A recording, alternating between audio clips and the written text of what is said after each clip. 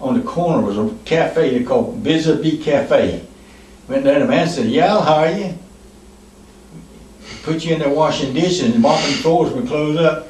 And he come, I went over there to see him, and he was in there, had a little white apron on, getting dishes off the table and curling back in there and washing them, and doing all that kind of stuff, That was too much work for me. He didn't want to do that. He didn't like to work too good, So he joined the Navy.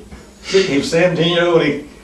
He went to the recruiting office in the Navy over there in Kinston. So the Navy man, he didn't have no way to get home, so the Navy man brought him out to home for Mama because it's a sign for him to go to the Navy.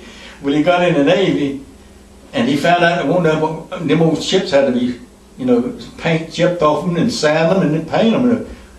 And he didn't like that because he spent 4 years shipping paint on a Navy ship, And he pulled out one hitch and he got out of the Navy, and then he decided to get in the Merchant Marines. And them old Merchant Marine ships were run by private companies, and they just rusty all over. And that's why they put him in the door when he went to Merchant Marine.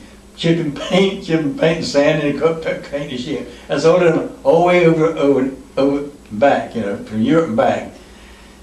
Come back, that was too much work for him. So he went and joined the Army Air Force, Army Air Corps, what it was, Yeah. And then they finally went over to the Air Force, regular Air Force, So we found him a job then he didn't have to do much work on, so he stayed with that job for 30 years and 6 months. Yeah. He definitely didn't like to work, Uh-huh. What about Joe? Y'all know much about Joe? Joe worked pretty good. Yeah?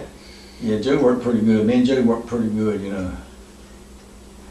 But Joe left early. He left early and went to stay with one of Mama's uncles. He stayed up with Gordon Stroud. Yeah, and after Mom and Dad had died, he wanted to go to the Army, but he wasn't a 17-year-old, and he come and asked me if I would sign. I was 21-year-old.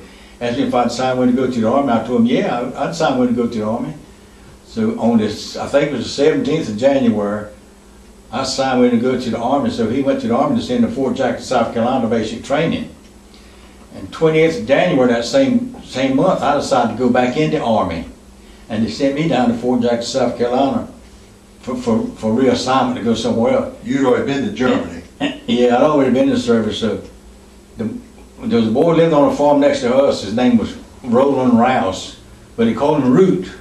Mm-hmm. And Root and Joe went in the Army together. Root Rouse. And I was down at Fort Jackson. They come over there one night and they found out where I was at. They come to the back there and said, how about, he says, do you know how to tie a tie? I said, yeah, I know how to tie a tie. So I tied a tie for me, slip knot in it, And I said, now, if you untie it now, you don't have to tie it back. I said, just slide it down, slip it over your head. And when you get ready to go again, slide it down, put it on. And I talked to Joe one time about it. Joe said, Root retired from the Air Force. He went to the Air Force after that. And Joe said, Root wore that tie for 20 years. I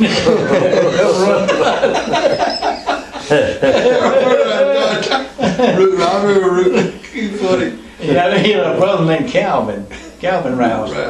And Grandpa Sutton's farm run right there farm was, and there was just a cart path going through there from different farms, And they run the road this way, and we run our roads, and we always turn around the road and plow, They get out there plowing, we can get out there. We plan something we're going to do at night time, But Calvin, all of us smoke cigarettes, And Calvin, he would smoke a cigarette and he'd take the ashes and flip them in his hand and lick and eat them. Eat ashes on a cigarette. And his teeth were bright and black with ashes on. Okay, and that cigarette, tip that cigarette and lick it up and eat it, I'm telling you. But we had a time down there. But everybody knew everybody for 5 miles around, Yeah. All the family knew everybody, knew their children, their first names, and all that kind of stuff, Right. And everybody down there had a nickname, like Roland Rouse called him Root, and Ralph Hardy called him Scab, and he had 2 cousins. One of his cousins, we called him Skull. Tell about your Uncle Randall. When you was walking on the road with Uncle Randall. Uncle Randall married Grandpa Sutton's daughter, my daddy's sister. Okay. And he had these He was hardy. We called it, it was something like he faints, you know. Fit. Chew his tongue up, you know. Epilepsy. We called it, he was having a Okay. fit. But you know, a lot of people has that now. But me and him was walking down from where we lived back to the other farm, round downside this road, park path, you know. We walking side by side there, and I looked around, looked at me, and says, "Carl, I believe I'm gonna faint. I mean, I believe I'm gonna have a fit." I said, "Uncle Rand, don't have a fit here, me, because I don't know what to do." And by that time, he fell on the ground. I said, "What in the world am I gonna do? The man's gonna die here." And me looking at him, you know. I didn't know what to do, you know. When they do that, you had to put a spoon in their mouth so they won't swallow their tongue. Yeah. Because it. I said, "Damn, he's gonna swallow his tongue and die right here." Right. I'm telling you. Tell him about Pa Stroud coming up there and going across the log, across the creek. My granddad Stroud, my mama's father, he used to come over to Daddy's house and they would drink bootleg liquor together. It was Christmas time and Pa Stroud had been to the store and bought a bag of oranges and a brown bag and a bag of apples. He come back from the store towards our house and he was walking and then packed the stuff, you know. Come there and he stayed there long with him and Dad, and they were drinking that bootleg whiskey. And Pa Stroud got pretty drunk, between where we lived and where he lived, there was a creek of water about 10 foot wide, I guess. And they took a log and cut off the top of the log, so what called a foot log, to go across that water, you know. And the water would come down, the log would be here, and the water would come in, hit that log and go underneath it like that and go back up again. So it was the cold winter time. And Pa Stroud left, and about 20 minutes later, we heard him down in that creek. My dad was named Rudolph. He said, "Rudolph! Rudolph!" Daddy was out. He said, "Old man Ashley down in the hall for you." Told me, he said, "Get the ladder and come on, let's go see what he's done." And went down there and he fell off that log in that cold ass water. Old man too now. And of course the bag got wet, you know. And we went down there and the water come in, the apples had got against that log and they were bobbing up and down and he was laying in that water and couldn't get up. we got Rudolph on one side and the other side, Adolf. He said, called Rudolph on one side, they wouldn't answer. Then he said, "Rudolph, Adolf, you want somebody to come help me?" He didn't care who it was, as long as the officer come help me. So he's called both his sons on both sides to come help him. Uncle Man, he'd get drunk and want me and Arnold to pull his hair. He laid on the floor and pulled his hair. I said, "Boys, pull my hair, pull my hair." He said, "I'll give you a penny for every hair you pull out." He was born into when he was old man. We said, we pull his hair and he said, "Pull hard, pull hard." Then on the floor drunk and I wanted to pull his hair. Then I'll get out and pull his hair. Hard we could pull it. We weren't very big, you know. But I said, "I'll give you a penny for every hair you pull out." He used to live with Aunt Pearl, you know. He was the older brother, you know. He lived with Aunt Pearl. Yeah, he lived with Aunt Pearl. My friend died a long Me time and ago. him, yeah, we would sit on the back porch on that sun porch. We talked a lot. He would do the same thing. He'd smoke a cigarette and he could get to the ashes the longest I've ever seen of anybody with a cigarette. The ash would be as long as a cigarette. And he was talking the whole time and the ash never fall. I never seen anybody, remember that? The ash He smoked a whole long cigarette. Yeah, the ash would get about that long on the cigarette and would never fall. And he's steady talking the whole time. And I never understood how he could do that. But he talked now. Had it always had a Stetson hat on, a little hat. He There's a boy down there had a 29 Model A Ford convertible. Oh, man. Didn't have tore the top off of it, you know. Oh, I see. He drove it back around in the field when he didn't have a driving license, so he drove out to the store out there where it was at. Drove out there one night and he just put a bunch of gas in it. And so me and Ashley Jones, Arnold and Ashley Jones kept me in trouble all the time. Every time I go over to get me in trouble. He never caused no trouble. So the He was the boy car went drank, so he had to walk home that night, you know. And that store closed up, and Ashley said, "Let's go out there and steal his gas out the car." I said, "We ain't gonna put the gas in." You know, the gas tank was up on front of the windshield then with knob on the top, you know. Right. The thing in that roll on a float, like a float, show you what, half full or quarter full. Right. So how we gonna get gas? What we gonna put the gas in? So we went somewhere and got us some pipe, a roll of pipe. You can stick it in the socket to get it run, then it run in whatever you had. Right. So the man had the store and he put his Pepsi Cola bottles on after the people drinking, he'd set them on the outside, so it wouldn't cut up his store. So I just said, let's go to get a crate of them bottles and fill them for again. You had to pay a deposit for them bottles, you know. We went They're over, worth money. we went over, Yeah. the 24 bottles in a crate, and we went in there and filled them bottles full of gas, out John A. on his car. I said, now what are we gonna do with the gas? We didn't have no car, you know? Right. I said, well, let's carry my Johnny cornfield to the store tonight and we'll come back and get it when we borrowed my brother's car.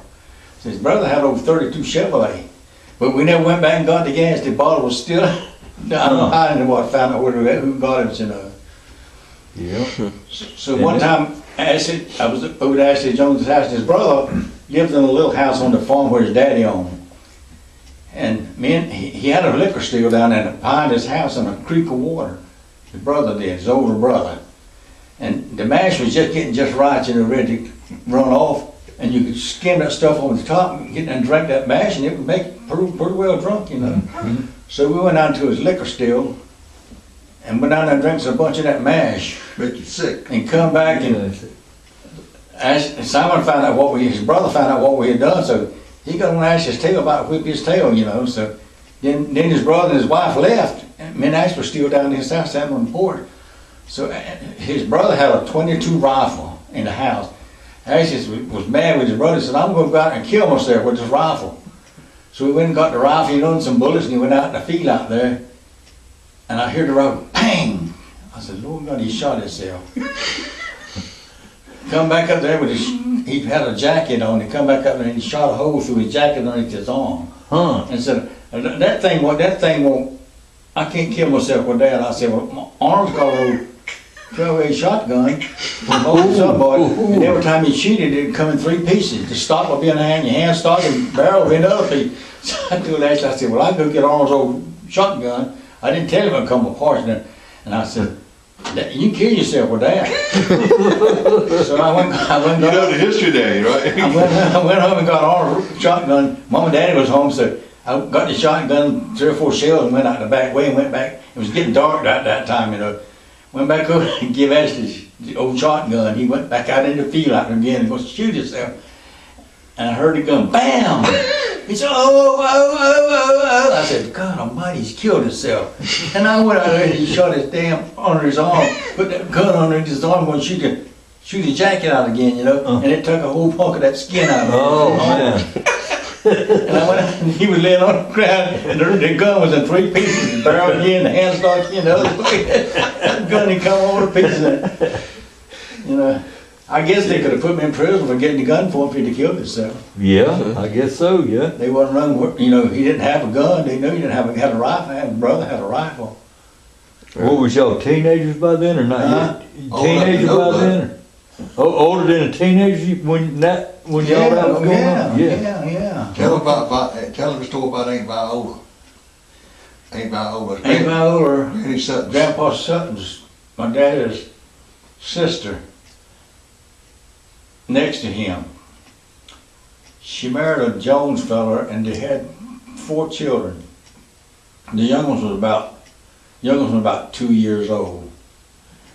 And her husband left her, and she was staying in a house on Grandpa Sutton's place, between the house that Grandpa Sutton lived in and the highway. And her brother had been squirrel hunting that day and come back by her house, you know, and she told him she'd cook some supper to come and eat supper with her. So he was in there eating supper, and she said, how do you load this shotgun? How do you shoot? So he wanted to show her how to load it and how to shoot it. And she took that shotgun and went back around to the front of the house. Didn't have a porch on it, just had steps. And shot, I think she shot right through her heart with that 12-gauge shotgun. This is the house right before Granny Sutton's house, I'll tell you about. Had 4 children, and Grandma Sutton had to take all 4 of them children. Oh, man. But their daddy come back and got, not the oldest one was a girl. She come back and got the first boy, you know, and raised him. And Grandma Sutton raised the other three children. And one named Junior Jones was Grandma Sutton's grandson. Lived there, Grandma Sutton raised him. And Junior wanted to go in the Air Force. And Grandma Sutton signed for him to go in the Air Force. And Junior got cut up in the Air Force, and they got him after about